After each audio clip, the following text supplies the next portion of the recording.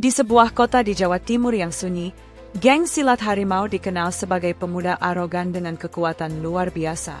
Namun, segalanya berubah saat mereka bertemu Ki Agus, seorang kakek tua misterius yang senyumnya menyimpan rahasia besar.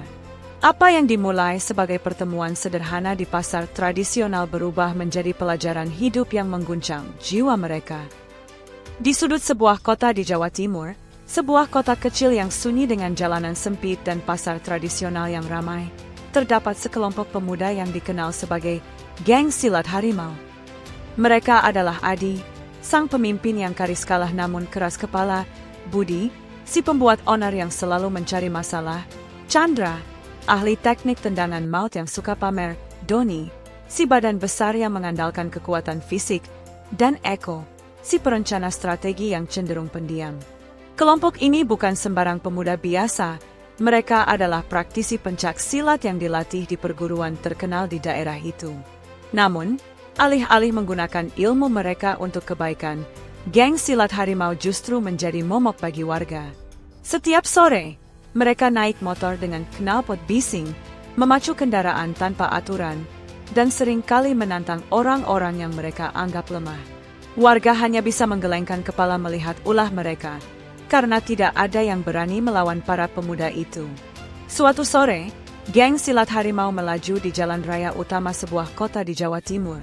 Motor-motor mereka berderu keras, memecah keheningan senja.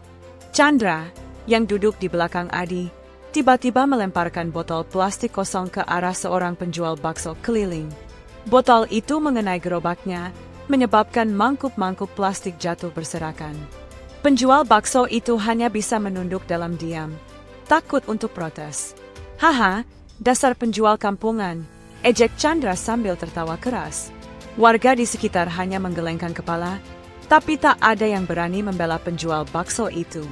Di sudut lain, seorang ibu tua yang sedang menyeberang jalan hampir saja ditabrak oleh motor Doni yang melaju kencang. "Awas, Nek, kalau mau kalah cepat," teriak Doni sambil tertawa puas. Ibu itu gemetar ketakutan, sementara geng silat harimau hanya melanjutkan perjalanan mereka tanpa merasa bersalah. Hidup mereka tampak begitu bebas, tanpa aturan, tanpa batas, dan mereka menikalahnya. Di tengah keriuhan pasar tradisional sebuah kota di Jawa Timur, seorang kakek tua duduk santai di depan warung teh. Dia adalah Ki Agus, seorang pria berusia sekitar 70-an dengan rambut putih yang disisir rapi dan tubuh kurus namun tegap. Meskipun penampilannya sederhana, ada aura yang berbeda darinya, seolah dia menyimpan rahasia besar yang tidak diketahui siapapun. Beberapa warga yang mengenalnya berbisik-bisik, "Itu Ki Agus," katanya dulu dia pendekar legendaris yang pernah menghilang bertahun-tahun lalu. Namun, geng silat harimau tidak peduli. Bagi mereka, Ki Agus hanyalah seorang kakek tua yang tidak penting. Saat mereka melintas di depan warung teh, mata Ki Agus menangkap gerakan liar mereka. Dia tersenyum tipis, seolah mengerti apa yang akan terjadi di masa depan. "Anak-anak ini butuh pelajaran," gumamnya pelan, sementara teh hangat di cangkirnya masih mengepulkan asap. Hari itu, geng silat harimau kembali melintas di pasar tradisional. Chandra, yang duduk di boncengan motor, melihat Ki Agus duduk di depan warung teh. Tanpa pikir panjang, dia memperlambat motornya dan sengaja menyenggol kaki Ki Agus dengan ujung sepatunya. Ki Agus, yang sedang menyeruput teh, hanya menoleh sejenak, lalu tersenyum tenang. "Kamu sengaja?" tanya Ki Agus dengan nada datar. Chandra tertawa keras. "Haha, gimana kalau iya? Lo mau ngapain?" "Kek," tantangnya dengan nada mengejek. Warga di sekitar mulai was-was, khawatir akan terjadi keributan. Namun, Ki Agus tetap duduk santai, seolah tidak terganggu sama sekali. "Anak muda, hati-hati dengan langkahmu," katanya dengan suara pelan tapi tajam. Chandra tertawa makin keras, sementara anggota geng lainnya ikut berhenti untuk melihat kejadian itu.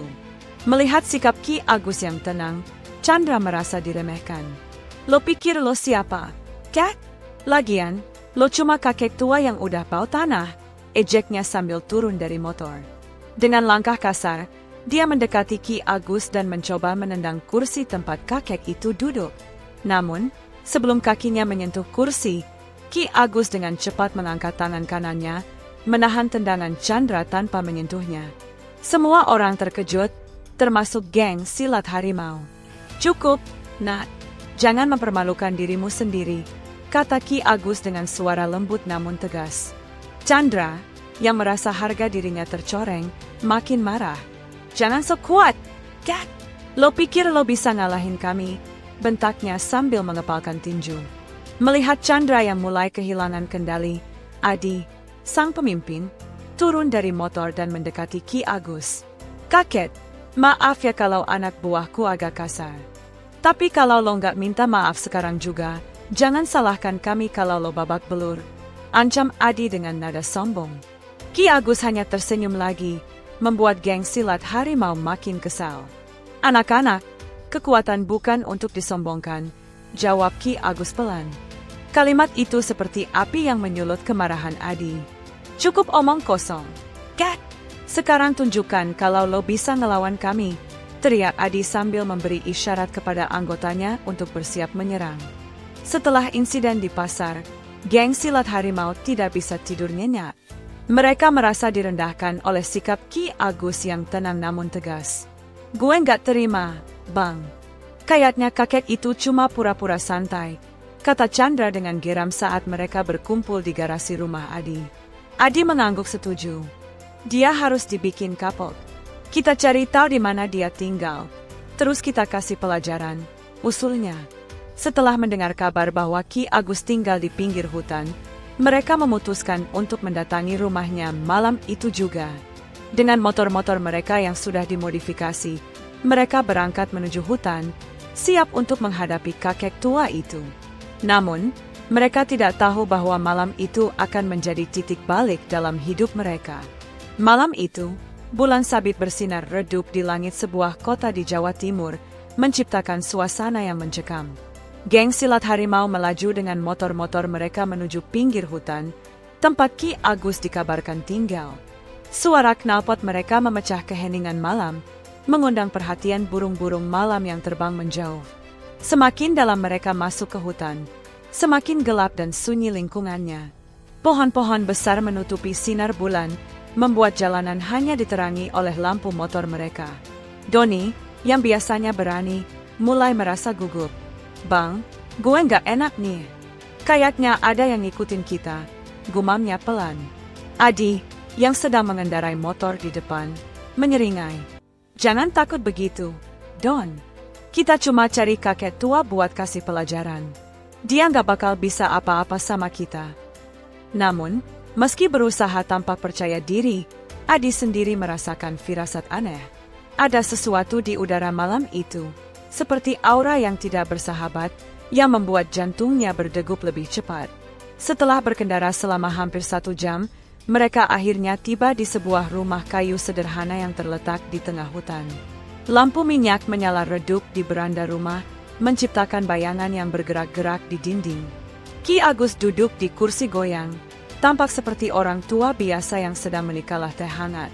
Melihat kedatangan mereka, dia hanya tersenyum tipis, seolah sudah mengetahui bahwa mereka akan datang. "Selamat datang, Nak. Aku sudah menunggu kalian," katanya dengan suara tenang. Geng silat harimau terkejut mendengar kata-kata itu. Bagaimana mungkin kakek tua ini tahu bahwa mereka akan datang? Adi mencoba mengabaikan rasa penasarannya dan maju beberapa langkah.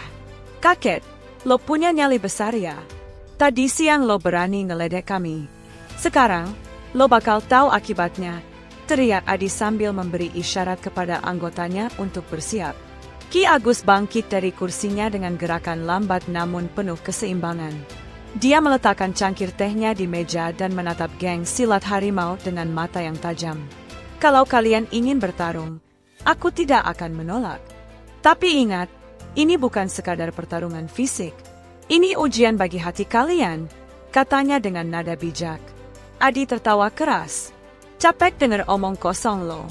Kat, serang aja dia. Chandra," perintahnya. Chandra langsung melompat maju, melepaskan tendangan keras ke arah dada Ki Agus. Namun, sebelum tendangannya menyentuh tubuh kakek itu, Ki Agus dengan gesit melangkah ke samping, membuat Chandra kehilangan keseimbangan. Chandra mencoba lagi, kali ini dengan kombinasi pukulan dan tendangan cepat. Tapi setiap serangannya selalu gagal menyentuh Ki Agus, seolah kakek itu bisa membaca setiap gerakannya. Wajah Chandra mulai memerah karena frustrasi. "Lo curang, Kak! Jangan kabur terus!" teriaknya sambil terus menyerang. Melihat Chandra kesulitan, Doni dan Budi ikut maju untuk membantu. Mereka menyerang Ki Agus secara bersamaan, berharap bisa mengepungnya. Namun, Ki Agus tetap tenang. Dengan gerakan yang ringan namun presisi, dia menghindari semua serangan mereka tanpa menyentuh mereka balik. Setiap kali salah satu dari mereka mencoba menyerang, Ki Agus hanya membelokkan tubuhnya atau melangkah ke samping, membuat mereka kehilangan keseimbangan. "Kenapa kalian terburu-buru?" tanya Ki Agus sambil tersenyum. "Kekuatan bukanlah tentang kecepatan atau kekerasan. Itu tentang keseimbangan dan pengendalian diri." Mendengar kata-kata itu, Adi mulai merasa jengkel. Dia turun tangan langsung, menggunakan teknik pencak silat yang paling kuat. Gerakannya cepat dan mengalahkan, tapi Ki Agus tetap tidak terganggu. Dengan satu gerakan halus, dia menangkap lengan Adi dan mendorongnya ke tanah dengan mudah. "Cukup," kata Ki Agus tegas. "Sekarang, dengarkan aku." Geng silat harimau terdiam, terkejut melihat betapa mudahnya Ki Agus mengalahkan mereka. Ki Agus kemudian mulai menunjukkan teknik-teknik pencak silat yang belum pernah mereka lihat sebelumnya. Gerakan-gerakannya tidak hanya cepat, tetapi juga penuh makna. Setiap langkahnya seperti bercerita tentang alam, tentang harmoni antara manusia dan dunia. Ini adalah ilmu yang kalian sebut silat jiwa. Bukan soal menghancurkan lawan, tapi tentang memahami diri sendiri dan alam sekitar. Jelas Ki Agus sambil mendemonstrasikan gerakan yang indah namun mengalahkan. Mata geng silat harimau terbelalak. Mereka baru menyadari bahwa apa yang mereka pelajari selama ini hanyalah kulit luar dari seni bela diri yang sesungguhnya. Adi, yang merupakan pemimpin kelompok, merasa harga dirinya benar-benar hancur. Dia berdiri, wajahnya memerah karena malu dan marah. "Gue nggak peduli apa itu silat jiwa. Gue bakal ngalahin lo, Cat!" teriaknya sambil menyerang Ki Agus dengan segala kekuatannya. Namun, Ki Agus hanya tersenyum. Dengan satu gerakan sederhana, dia menangkap lengan Adi dan menjatuhkannya ke tanah dengan lembut namun pasti. Adi terbaring di tanah, napasnya tersengal-sengal. Untuk pertama kalinya dalam hidupnya, dia merasa benar-benar kalah. Bukan hanya secara fisik, tetapi juga secara mental. Setelah menundukkan Adi, Ki Agus duduk kembali di kursi goyangnya, seolah tidak ada yang terjadi. Dia menatap geng silat harimau dengan tatapan penuh kasih sayang, meskipun mereka baru saja mencoba menyerangnya. "Anak-anak, apa yang kalian cari dengan semua ini?" tanyanya pelan. Suaranya seperti menggema di dalam hati mereka, membuat mereka terdiam. Chandra, yang biasanya paling vokal, hanya menundukkan kepala. Kami cuma ingin dihorkalah," jawabnya lirih. Ki Agus tersenyum lembut. "Hormat bukan datang dari kekuatan atau ketakutan yang kalian tebarkan. Hormat lahir dari sikap rendah hati dan tanggung jawab. Jika kalian menggunakan kekuatan untuk menakuti orang lain, kalian hanya akan menjadi beban bagi masyarakat." Malam itu berubah menjadi momen refleksi bagi geng silat harimau. Mereka duduk di tanah, menundukkan kepala, dan memikirkan semua tindakan mereka selama ini. Adi, sebagai pemimpin, merasa paling bersalah. Dia mengingat wajah-wajah takut warga saat mereka melintas di jalan, suara ibu tua yang gemetar ketakutan, dan penjual bakso yang hanya bisa diam ketika mangkuk-mangkuknya jatuh. "Kami salah, Cat," gumam Adi pelan. "Kami nggak pernah mikirin orang lain. Kami cuma mikirin diri sendiri." Ki Agus mengangguk. "Itu adalah langkah pertama menuju perubahan. Akui kesalahanmu, dan belajarlah dari itu."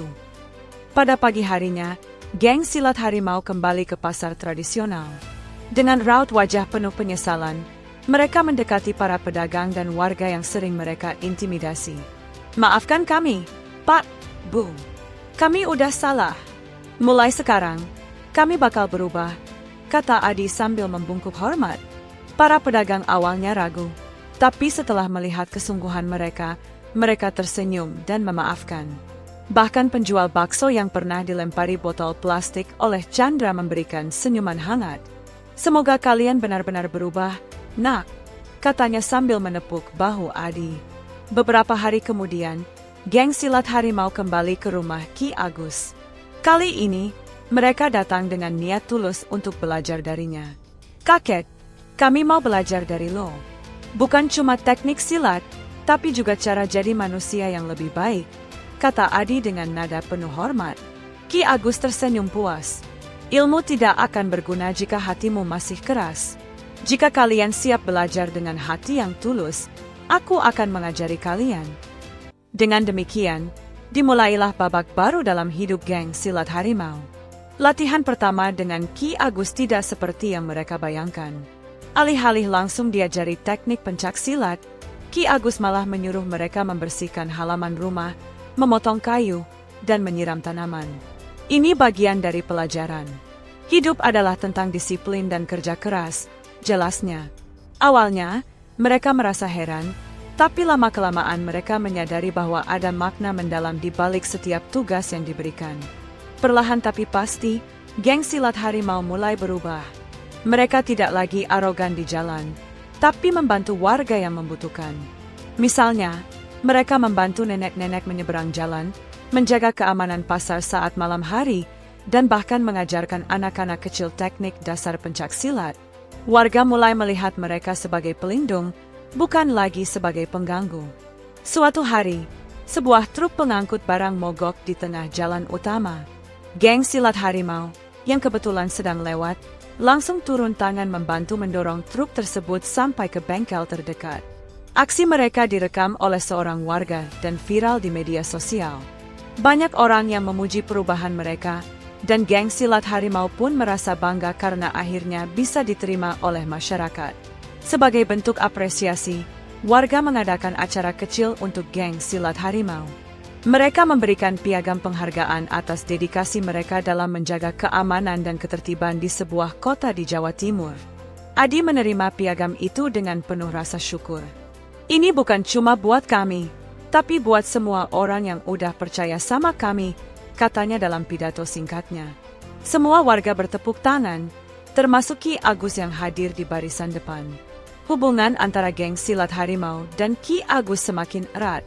Mereka sering berkunjung ke rumahnya, tidak hanya untuk belajar teknik silat, tapi juga untuk berdiskusi tentang kehidupan. Ki Agus mengajarkan mereka nilai-nilai moral, seperti pentingnya kerendahan hati, empati, dan tanggung jawab.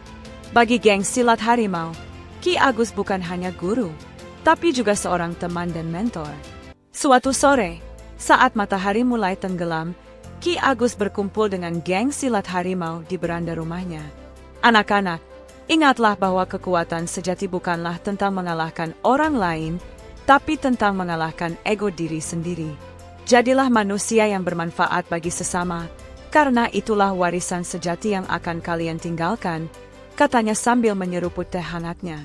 Mereka mengangguk penuh penghayatan, menyimpan pesan itu di hati mereka. Geng silat harimau kini menjalani kehidupan yang jauh lebih bermakna. Mereka tidak hanya menjadi pelindung masyarakat, tapi juga panutan bagi generasi muda.